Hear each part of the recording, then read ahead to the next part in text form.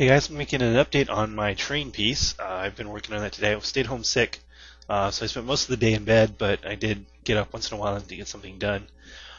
First is my stones. I want some of these ancient stones in the swamp. I was going for an Egyptian limestone color, but I also tried something else just in case I wanted to. First, I went with a terracotta. If I can get some. And it's called a honey brown. This is just cheap craft paint. I don't see any reason to buy expensive paint for terrain.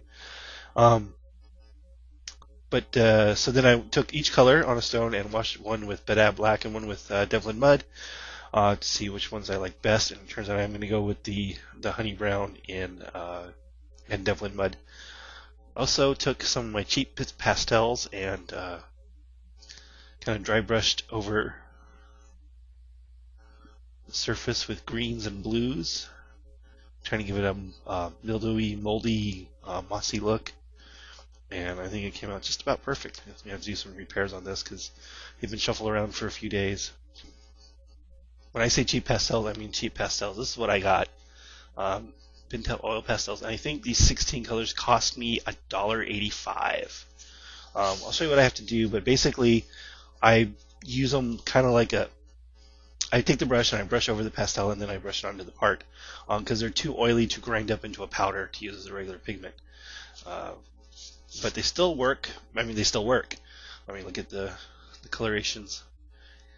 This is probably a little too dark to see the true greens and blues come out, but they're there. And it definitely gives me that ancient look, that moldy, mildewy, swampy look I was going after. So those are the stones. There's going to be 3 stones in there, one of which is broken. Then I got my trees done. This is my big tree, the biggest tree, the one I was actually doing in the soldering video. Actually, too big. No, you can't have any of the double stuffed Oreos. And so we got this tree, it's the next size down, and this tree, and then the little sapling. So I'm going to start. Probably I can't decide if I'm going to paint these before I glue them down or after. I haven't decided yet. So the display board has some spackle on it for the ground, and then I'm going to do some just gloss coat for water. I can't really afford a water effects right now, so I was just going to have to wing it.